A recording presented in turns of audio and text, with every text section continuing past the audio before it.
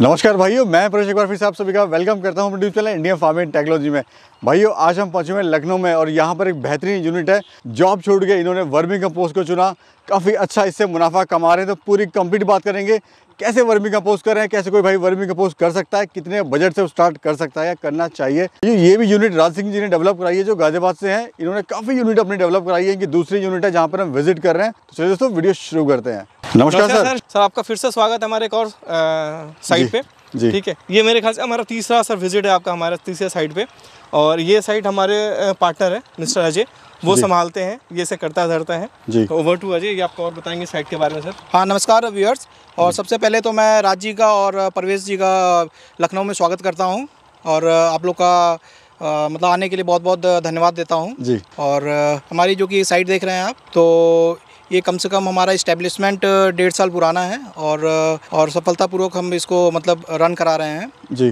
तो sir, background की बात करें, एजुकेशन बैकग्राउंड, क्या आपका बैकग्राउंड रहा सर एजुकेशन? देखिए सर, मैंने भी इंजीनियरिंग की हुई है और लगभग 14 से 15 साल जो है कॉर्पोरेट में जॉब किया है। और उसके बाद जो है कह सकते हैं कि कुछ लाइफ में किक नहीं था, तो उसके लिए जो था कि कुछ अपना खुद का करना चाहता था। तो उसके लिए मैंने इस एक्सप्लोर करना चाहता था कि ताकि कुछ लो कॉस्ट इन्वेस्टमेंट में कुछ बिजनेस के लिए, तो उसके लिए जो मुझे इस बिज़नेस को जो मैंने चुना। तो आप काफ़ी एजुकेटेड हैं, काफ़ी अच्छे आपकी डिग्री, आपने इंजीनियरिंग किया हुआ है। देन आपको लगा नहीं सर मैं गोबर और वर्मी कंपोस्ट में अपना भविष्य तलाश रहा हूँ, कैसा आपको लगा? देखिए सर, कहीं ना कहीं से मैं रूरल बैकग्राउंड से जुड़ा हुआ था और वो भी चीज़ थी। और चूँकि नेचर से जुड़ी चीज़ है और पता है कि ऑर्गेनिक आने वाला समय ऑर्गेनिक का ही होने वाला है, तो इस चीज़ को भापते हुए मुझे ये चीज़ जो है बेहतर लगी और इस चीज़ को और आई फील प्राउड कि मैंने इस चीज़ को चुना और काफ़ी अच्छा मतलब अभी तक का रिस्पांस रहा है। तो आपकी अगर सफ़र की बात करें तो कैसा आपका उतार चढ़ाव रहा, क्या आपने इस सफ़र से सीखा? साल 1.5 साल का जो आपका सफ़र रहा है सर, और कैसा आपका अनुभव हो रहा है अभी? देखिए, आप कोई भी काम स्टार्ट करते हैं तो आपको उतार चढ़ाव तो आते ही आते हैं। कोई भी काम, नया काम स्टार्ट करने चाहते हैं तो बहुत तरह की मुश्किलें आती हैं। लेकिन एज सच अगर मैं कहूँ तो चूँकि राज भाई का मार्गदर्शन रहा है, तो कोई ऐसा प्रॉब्लम नहीं आया कि जिसको मैं यहाँ पे मतलब कोट करूँ। ओवरऑल बहुत अच्छा रहा है और उम्मीद करता हूँ कि फ्यूचर भी बहुत अच्छा होने वाला है। कितने बेड से आपने शुरुआत करी थी सर, और कितना इन्वेस्टमेंट आया था? देखिए सर, हमने जो बेड की 30 बेड लगाए थे 50 फीट के, और इनिशियल इन्वेस्टमेंट मेरा अराउंड 4 से 5 लाख के आसपास था। और वो इन्वेस्टमेंट मैं काफ़ी पहले निकाल चुका हूँ और अभी ये यूनिट जो है प्रॉफिट में रन कर रही है। सर एक बार प्लीज़ एक फार्म का टूर कराइए सर अपने। हाँ ठीक है, टूर कराने से पहले मैं आपको बताना चाहूँगा कि जब हमने ये यूनिट स्टार्ट की थी तो वर्मी कंपोस्टिंग के बहुत सारे मॉडल हैं जो आप देख सकते हैं। बट जब राज भाई के संपर्क में आया तो ये जो आपका जीरो बजट वर्मी कंपोस्टिंग का मॉडल है, इसके बारे में डिस्कशन हुआ और मुझे लगा कि ये बेहतर है। तो उसी आधार पे हमारी ये यूनिट डेवलप की गई है। तो जैसा कि आप देख सकते हैं कि हमारे पास यहाँ करीब 130 के आसपास बेड है और एवरेज जो लेंथ जो है इनकी 130 से 150 से 60 फीट के आसपास है। और ये बीच से हमने एक रास्ता निकाला हुआ है एंड टू एंड। यहाँ पे जो है सारा छनाई का कार्य होता है। इन केस अगर बारिश वगैरह में भी जो है, इसकी वजह से हमारा जो है काम जो है बाधित नहीं होता है। सर मैं देख रहा हूँ यहाँ पे भी आपने जो है पॉलीथीन और ईंटों का इस्तेमाल आपने नहीं करा है, इसका क्या रीज़न है सर? देखिए, जैसा कि हम लोग जो ये ब्रीड यूज़ करते हैं आइसेनिया फेटिरा, जैसे ये आप जानते होंगे कि हमारे अर्थवर्म्स की 3 प्रजातियाँ हैं, इपीजेइक, इंडोजेइक एंड एनेसिस।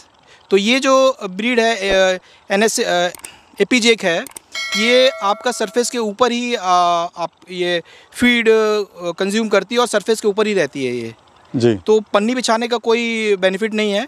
इनफैक्ट गर्मियों में हमें राहत मिलती है। इनकेस अगर आपका गोबर गर्म हो गया तो मॉर्टेलिटी के चांसेस जो है ना बिल्कुल ही नगण्य होते हैं इसमें। यानी जो इन्वेस्टमेंट है वो कहीं ना कहीं कम हो जाता है, इससे इन्वेस्टमेंट भी कम हो जाता है और रिस्क भी कम हो जाता है, मुनाफा इससे ज़्यादा बढ़ जाता है। बिल्कुल डेफिनेटली, क्योंकि हमारे जो बेड आप देखोगे तो एक बेड से लगभग हम 10 से 12 कुंटल खाद निकालते हैं जी। सर ये जो आपने स्टार्टिंग में बताया ज़ीरो बजट, ये मॉडल जो है, ये कैसे आप इसको ज़ीरो बजट कह रहे हैं, क्या है इसमें ज़ीरो बजट के लिए? सर जैसे कि हमने ऑलरेडी आपको प्रीवियस 2 वीडियोज़ में हमने एक्सप्लेन किया है। हाँ। तो आइए आपको मैं एक प्रोसेस समझाता हूँ आपको कि हम बेड कैसे बनाते हैं, गोबर कैसे डालते हैं उसके ऊपर, वर्म्स कैसे ऐड करते हैं गोबर में, खाद कैसे निकालते हैं, खाद कैसे छनाई करते हैं, और हर जगह हम कैसे कैसे अपना कॉस्ट को सेव करते हैं, पैसे कैसे बचाते हैं। आइए सर मैं आपको दिखाता हूँ। तो जैसे कि हम बात कर रहे थे कि हमारा जो ये कॉन्सेप्ट है वो जीरो बजट वर्मी कंपोस्टिंग है। तो मैं आपको फिर से एक बार डिटेल एक्सप्लेन करता हूँ कि कैसे कैसे ये जीरो बजट वर्मी कंपोस्टिंग है।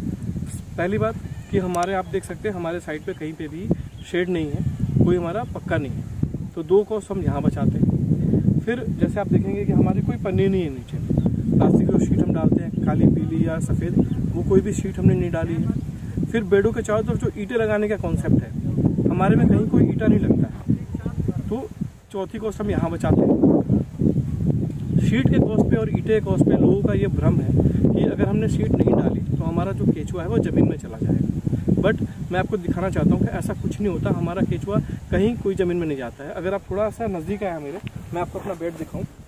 अगर ये बेड देखें तो इनमें से क्या है, ऑलरेडी हमने अपना जो कंपोस्ट हम निकाल चुके हैं। आखिरी के सिर्फ 2-2.5 इंच का लेयर हमारा बचा हुआ है और आप धूप देख रहे हैं कितनी तेज धूप। अगर केचुए को ज़मीन में जाना होता तो इस बेड में कोई भी केचुआ दिखना नहीं चाहिए। अगर ज़मीन का ड्राइनेस देखेंगे तो ये हमने कल निकाला है और ये लगभग 24 घंटे से ऊपर धूप में रह चुका है बेड। फिर भी अगर हम इस पर केचुए की बात करें तो आप अगर पास लाए और मैं आपको दिखाऊं, ये देखिए, ठीक, कहीं कोई केचुआ ज़मीन में नहीं जाता है। ये बहुत बड़ा मिथ है, भ्रांति है कि जो केचुआ है वो ज़मीन में चला जाता है। कोई केचुआ ज़मीन में नहीं जाता है, ठीक। जहाँ तक रही बात ईंटों की, तो आप अगर ये बेड देखें हमारा या कोई भी और अदर बेड देखें, कोई केचुआ आपको इस बेड से बाहर नहीं आते हुए नहीं दिखेगा। केचुआ जो है कभी भी अपना जो खाने का जगह है, जिन बेड में वो रहता है, वो बेड नहीं छोड़ता है कभी भी। वो कभी भी अपना बेड नहीं छोड़ता है, वो हमेशा बेड के अंदर ही होता है, ईंटें लगे हों ईंटें ना लगे हों। ईंटों का लगाने का कोई भी रिक्वायरमेंट नहीं है, कोई ज़रूरत नहीं है। तो ये हमारे मेजर 4 हो गए। नाउ जो एक 5वां जो फ़ायदा है, जब हम बेड निकालते हैं, अगर हमने यहाँ पन्नी के शीट लगाई होती तो हम इस बेड को वापस बनाते, इस कल्चर को हम वापस उठा के नए बेड पे डालते, ठीक, और ये बेड फिर से बनता है। हमारे कॉन्सेप्ट में ये बेड दोबारा कभी नहीं बनता है, एक बार ही बनता है पूरे टाइम पे। जैसे ये बेड हमारा यहाँ बन गया तो आने वाले समय में ये बेड हमेशा यहीं रहने वाला है। जब हमने इस पे से अपना कॉम्पोस्ट निकाल लिया, खाद हमने निकाल लिया, खाद निकालने के बाद हम इस पे वापस ऊपर से गोबर डालते हैं। जैसे आप ये अगर हमारा बेड देखें तो इस पे पहले से ही गोबर का बेड डला हुआ है। नीचे देखिए तो ये हमारा नीचे इसमें अगर यहाँ देखिए जैसे, तो ये हमारा कल्चर पड़ा हुआ है और हमने इस कल्चर के ऊपर ही ये हमने गोबर डाल दिया। 4 बेनिफिट हो गए सर। जो 5वां बेनिफिट हमारा ये है कि हम जो है गोबर जो बेड के ऊपर डालते हैं, हमको कोई भी बेड एक बार बनाने के बाद दोबारा वापस से नहीं बनाना पड़ता। हम बेड से कंपोस्ट निकालते हैं, हमारा कल्चर नीचे होता है और गोबर हम ऊपर से डालते हैं। जो पन्नी वाला मेथड है उस मेथड में कल्चर को ऊपर से डालना पड़ता है। इसके 2 फ़ायदे हैं। एक, हमारा बेड एक बार फिक्स हो गया तो बेड को हटाने का जो लेबर है वो हमारा बच जाता है। दूसरा, हम जितनी बार केचुओं को ऊपर से डालते हैं उनकी मरने की चांसेस हमेशा रहता है। लेकिन अगर हमारा कल्चर नीचे है और गोबर ऊपर से आता है तो कल्चर हमेशा नीचे होता है। जब गोबर उनके हिसाब से तैयार होगा तो वो ऊपर आके खाना स्टार्ट करेंगे, पहला। दूसरा सर ये है, लोगों को ये लगता है कि अगर हमने गोबर को ऊपर डाल दिया तो क्या हमारा केचुआ गोबर में ऊपर आएगा। मैं बताना चाहता हूँ कि जो अर्थवॉर्म है या केचुआ है वो हमेशा एक्सक्रीटा करने के लिए, जी, अपना मल निकालने के लिए हमेशा बेड से बाहर आते हैं। बाहर आके ही मल निकालते हैं, मल त्याग करते हैं, जिसे हम वर्मी कंपोस्ट के रूप में इस्तेमाल करते हैं। इसीलिए हमारे बेडों में वर्मी कंपोस्ट हमेशा ऊपर से नीचे की तरफ बनना तैयार हमेशा। तो हमने 5 बेनिफिट देखा जीरो बजट वर्मी कंपोस्टिंग का। हम इस सिस्टम में अपना जो साइट है ऐसे डिज़ाइन करते हैं जिसमें हमारे लेबर को कम से कम चलना पड़े। अगर हमारा जो लेबर है चल नहीं रहा है तो कुछ ना कुछ काम करेगा। इसीलिए हमारे साइटों पे जो गोबर डंपिंग एरिया है वो एक नहीं होती है, कई सारी डंपिंग हम बनाते हैं। एक डंपिंग एरिया जो है ज़्यादा से ज़्यादा 5 से 10 बेड तक ही को सर्व कर पाता है। इससे क्या होता है, हमारे लेबर को इन 5 बेडों पे गोबर डालने के लिए मुश्किल से 10 से 12 कदम ही चलना पड़ता है।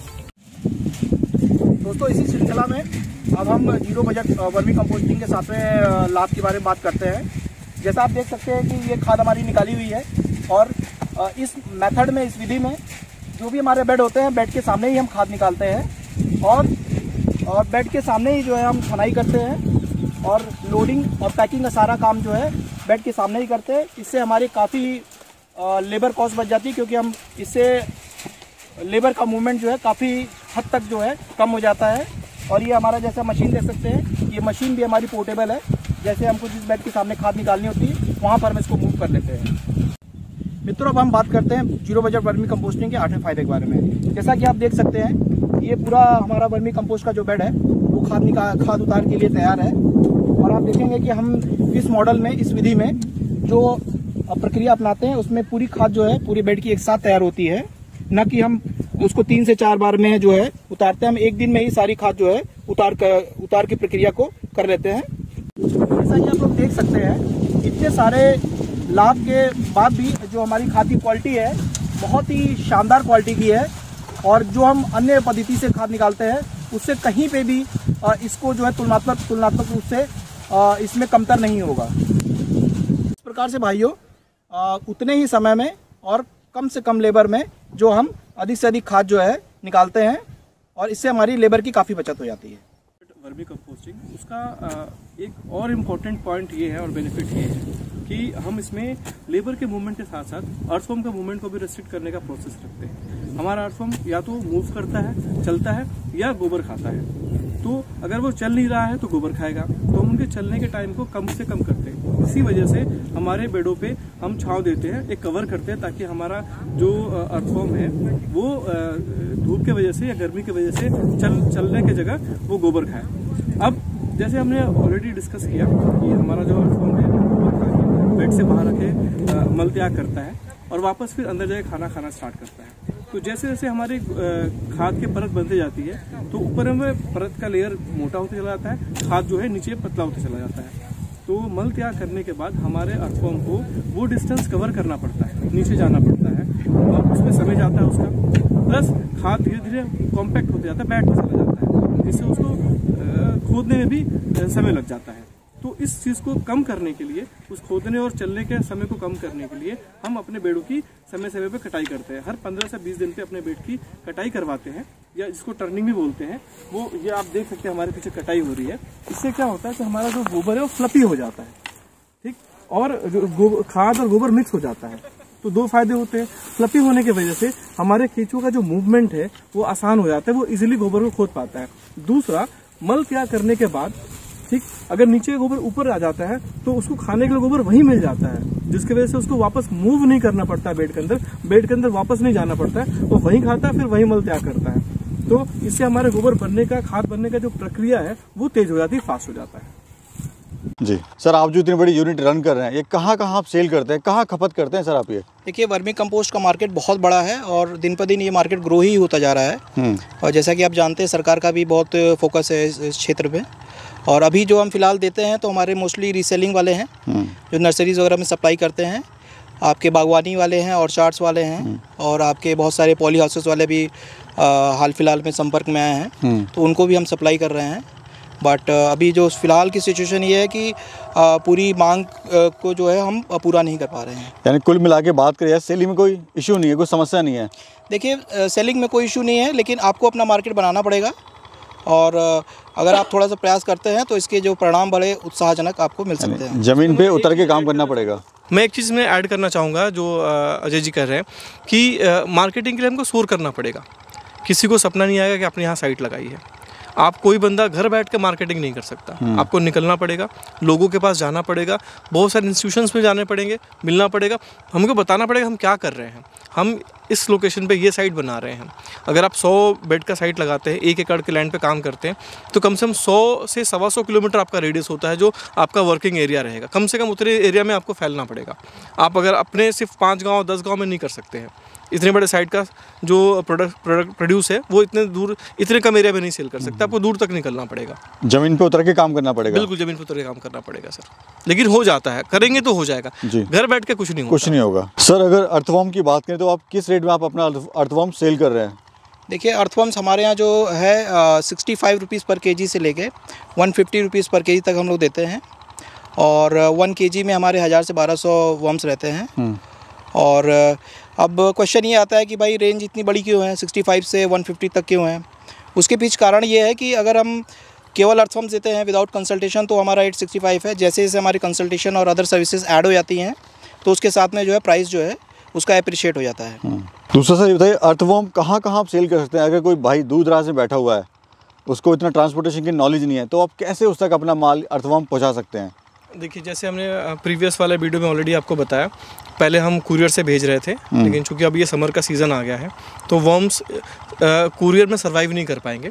तो अब हम क्या है, अपनी गाड़ियाँ भेजा करेंगे अलग अलग स्टेट्स में, ठीक, जिसका इन्फॉर्मेशन हम सोशल मीडिया के थ्रू, आपके थ्रू, जो हमारा यूट्यूब चैनल है ग्रोइंग ट्री ऑर्गेनिक्स का, जो हमारे फेसबुक चैनल है, जो फेसबुक का हमारा ग्रुप है जीरो बजट वर्मी कंपोस्टिंग, जो हमारा फेसबुक का पेज है ग्रोइंग ट्री ऑर्गेनिक्स का, BNS ऑर्गेनिक्स का, उसके थ्रू हम आपको ये पहुंचाते रहेंगे कि हम कब हमारी गाड़ी कौन से स्टेट में जाता है। फिर से मैं रिपीट करना चाहूँगा सर कि आपको ऑर्डर हमें पहले देना पड़ेगा। मिनिमम ऑर्डर क्वांटिटी कम से कम 50 किलो का होगा, 100 किलो का हो तो ज़्यादा बेटर है। हम कम से कम 10-15 ऑर्डर क्लब करके और फिर वहाँ अपनी गाड़ी पहुँचाया करेंगे अपने किसी बंदे के साथ, ताकि वो उसको सही सलामत उस स्टेट तक उनके पास ले जाए। 1 या 2 हम पॉइंट बनाएंगे जहाँ से हम वो डिस्ट्रीब्यूट करेंगे, हमारे फार्मर्स वहाँ पे आके वहाँ से ले जाएंगे। जी सर, अगर और एक और चीज़ इसमें मैं ऐड करना चाहूँ कि जो आपने ट्रेनिंग है बहुत इंपॉर्टेंट है, और हम लोगों ने हमारे सारी साइटों पे हर महीने के आखिरी के सैटरडे संडे को मैंडेटरी ट्रेनिंग रहेगा। वो आके निःशुल्क ट्रेनिंग ले सकते हैं। सिर्फ उनको लॉजिंग बोर्डिंग का जो एक्सपेंसेस आएगा, रहने खाने का जो एक्सपेंसेस है, सिर्फ वही करना है। बंदे चाहे तो हमारे यहाँ और फर्दर रह के काम कर सकते हैं, खुद से देख सकते हैं। 7 दिन प्रैक्टिकली भी यानी कर सकते हैं, आपको 10 दिन रुकना है, बिल्कुल कर सकते हैं सर। हम 2 दिन में जितना समझाना है वो जरूर समझाएंगे। उसके बाद उनको इन्हांस करना है अपना नॉलेज, तो यहाँ रह कर सकते हैं। उसका कोई शुल्क नहीं है, कंप्लीटली फ्री। सिर्फ उनको खाने और रहने का व्यवस्था, उस पर भी हम बहुत मदद करेंगे। जो सबसे नियरेस्ट, सबसे सस्ता होगा वो हम व्यवस्था करा कर रखेंगे उनका। सर, अगर प्रॉफिट की बात करें तो कितना आपको इससे मुनाफा हो जाता है? देखिए, अगर आप इस काम को सही तरीके से करिए और प्रॉपर मार्गदर्शन के साथ में करिए, तो अगर आपकी यूनिट इतनी बड़ी है, जिसको अगर हम कह सकते हैं 1-1.25 एकड़ से 1.5 एकड़, तो आराम से 20 लाख का मुनाफा जो है वार्षिक रूप में कर सकते हैं आप। जी सर, जो युवा हैं जो इस काम से जुड़ना चाहते हैं और अपना भविष्य इसमें देखते हैं, वो कैसे आपसे मिलके या आपसे जुड़ के हेल्प ले सकते हैं, कैसे आगे बढ़ सकते हैं वो? देखिए, कोई भी युवा भाई जो इस वीडियो देख रहा है, उनसे मैं अनुरोध करूँगा, अगर आप कठिन परिश्रम करने के लिए तैयार है, थोड़ा सा आपको धैर्य रखना पड़ेगा। तो अगर लो इन्वेस्टमेंट बिजनेस की बात की जाए तो इससे अच्छा कोई बिजनेस नहीं है। और अगर आप इससे जुड़ते हैं अभी, तो मुझे लगता है कि आपको अभी फर्स्ट मूवर का एडवांटेज ले सकते हैं, क्योंकि आने वाला भविष्य जो है जैविक का ही होने वाला है। राज सिंह जी, अब आपकी बात करें, अब नेक्स्ट विजिट कहाँ पे कब हो रही है, कौन सी यूनिट पे हो रही है सर? ये एक बात जरा। यूनिट तो बहुत सारी है, आपको सब जगह एक करके ले जाएंगे। बट अब जो हम अगली बार मिलने वाले हैं, वो एक हमारा नया यूनिट सेटअप हो रहा है महाराष्ट्र और मध्य प्रदेश के बॉर्डर पे, जी, नागपुर के आसपास। फिर हम आपको वहाँ का विजिट कराएंगे। वो वहाँ पे आपको यूनिट जब हम डालते हैं, जो प्रोसेस करते हैं, वो सारे प्रोसेस से टेक्निकली चीज़ों में आप बेसिकली जी नहीं, जो हम यूनिट डालते हैं, जब किसी कस्टमर का जब यूनिट लगवाते हैं, बड़ा साइट लगवाते हैं, तो वो कैसे लगती है, हम उसमें क्या करते हैं, हम खुद क्या, हमारा क्या रोल होता है, वो सारी इन्फॉर्मेशन आपको अगले वीडियो में शेयर करेंगे। धन्यवाद सर आपका। धन्यवाद सर, धन्यवाद, बहुत बहुत धन्यवाद। दोस्तों, अगर आपको वीडियो हमारी अच्छी लगी हो, पसंद आई हो, तो कृपया चैनल को लाइक कर देना, शेयर कर देना, सब्सक्राइब कर देना। एक नई वीडियो के साथ भाइयों फिर मिलेंगे, तब तक के लिए जय हिंद।